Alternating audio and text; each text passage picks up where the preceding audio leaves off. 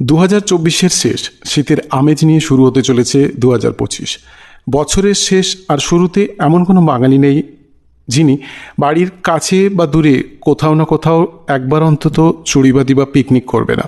তবে অনেকেই চায় শুধু পেট পুজো কেন, বাড়ির ছোটদের বা মেয়েদের নিয়ে হই হুল্লোড় করে গাড়ি ভাড়া করে গান বাজনা নৃত্য সহ বাড়ি থেকে দূরে কোথাও একদিনের মধ্যেই পিকনিক করে আসতে।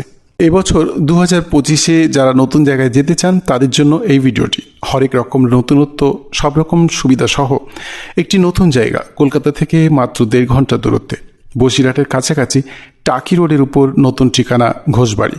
যারা ট্রেনে আসতে চান হাসনাবাদ লোকালে মধ্যমপুর স্টেশন থেকে মাত্র 1.5 কিলোমিটার দূরে ঘোষবাড়ি। নতুন বছর 2025-এ আপনাদের জন্য নিয়ে এসেছি এক দারুণ ঠিকানা, ঘোষবাড়ি পিকনিক স্পট। কলকাতা থেকে মাত্র 1.5 ঘন্টা দূরত্বে বসিরহাটের কাছে টাকি রোডে অবস্থিত ঘোষবাড়ি। পাবেন বিশাল পার্কিংয়ের জায়গা, রান্নার সরঞ্জাম, বাচ্চাদের খেলার মাঠ, বাস্কেটবল, স্কেটিংয়ের জন্য concrete ground, boating lake, electric নাগরদোলা এবং আরও অনেক কিছু। শপিং প্রেমীদের জন্য রয়েছে Ghoshbari shopping mall, fuchka stall, tea stall আর সন্ধ্যার আলো রোশনায় জলের ফোয়ারা। পিকনিকের সাথে পাবেন গ্রামীণ পরিবেশ, কুড়ে ঘর পাবেন, শীতলা মন্দির, কটেজ ঘর, লতাবিতান, মুক্ত মঞ্চে গান বাজনা আর ইভেন্ট অর্গানাইজ করার সুযোগ। এছাড়া বাজার মূল্যের চেয়ে অনেক কম দামে পাবেন সবজি, মুদির দোকান, যার নাম গরিবের হাট। যারা পিকনিক করতে যাবেন তাদের জন্য রয়েছে একেবারে বিনামূল্যে স্পট। তবে রান্নার সরঞ্জামের জন্য অত্যন্ত স্বল্প ভাড়ায় পেয়ে যাবেন সব রকম আসবাবপত্র। বাজার করে আনার প্রয়োজন নেই, এখানে রয়েছে গরিবের হাট, অর্থাৎ অত্যন্ত স্বল্প মূল্যে, বাজার মূল্যের চেয়ে অনেক কম দামে সব রকমের সবজি, মুদির মার্কেট। এছাড়া রয়েছে মেডিকেল স্টোর, বিনামূল্যে চিকিৎসার ব্যবস্থা। শুধু তাই নয়, ক্ষুধার্ত মানুষদের জন্য রয়েছে বিনামূল্যে মধ্যাহ্নভোজন। মনে রাখবেন, ঘোষবাড়ি আপনার পিকনিকের জন্য সেরা জায়গা। নতুন জায়গা খুঁজছেন? তাহলে আর দেরি কেন, পরিবার পরিজন নিয়ে চলে আসুন। যোগাযোগ করুন ফোন করে, এছাড়া সরাসরি আসুন। বিস্তীর্ণ এলাকায় জায়গার কোনো অভাব হবে না। ঘোষবাড়ি পিকনিক স্পট টাকি রোড, বসিরহাটের একেবারেই কাছে। মনে রাখবেন, ঘোষবাড়ি, নতুন বছরের নতুন স্মৃতি।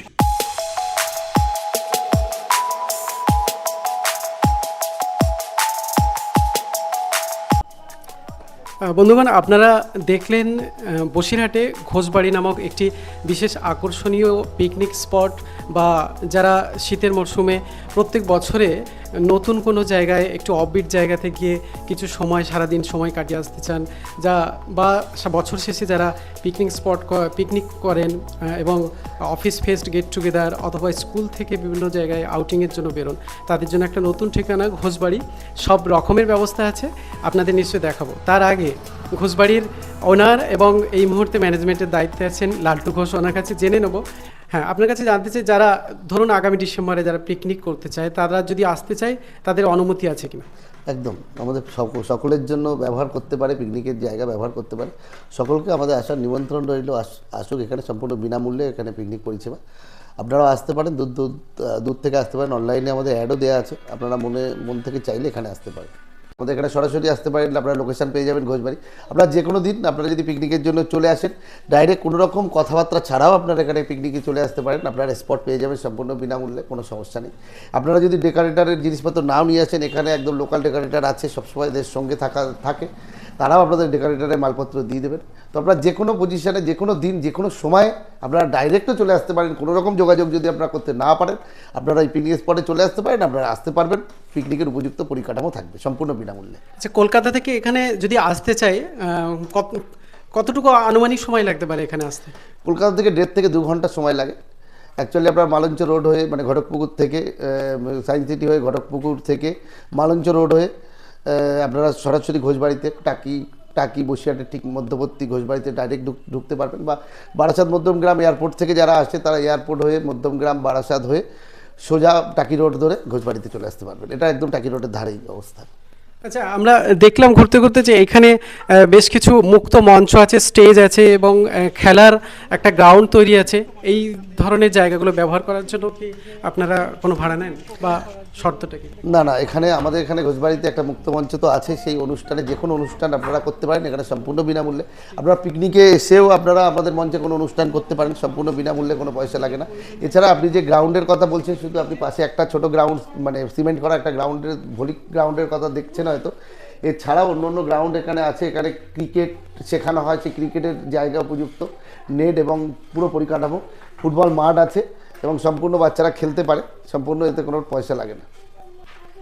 যারা দূর থেকে আসবে তারা মনে করুন কোনো স্কুলের বাচ্চাদের নিয়ে এলো এবং এখানে মুক্তমঞ্চে তারা কালচারাল কোনো প্রোগ্রাম করলো স্কুলের, তো সেক্ষেত্রে তো একটা সাউন্ড সিস্টেমের একটা সুবিধার দরকার আছে, সেটা কি আপনারা এখানে সাউন্ড সিস্টেম, এখানে আমি আমাদের ঘোষবাড়ির মধ্যে একটা ডেকোরেটর আমাদের সঙ্গে চুক্তিবদ্ধ আছে, তারা যতটা কম পয়সায় আপনাদের ডেকোরেটরের ব্যবস্থা এখান থেকে করে দেবে। সাউন্ড সিস্টেম যেটুকু ন্যূনতম একটা প্রাইস দিয়ে এটা ব্যবস্থা করে দেবে। আর পিকনিক করতে গেলে একটা ক্লিনিংয়ের ব্যাপার আছে এবং সেই সাথে একটা স্পট ভাড়া নেওয়ার একটা ব্যাপার আছে, সেই রকম? না, স্পট ভাড়া আমাদের নেই।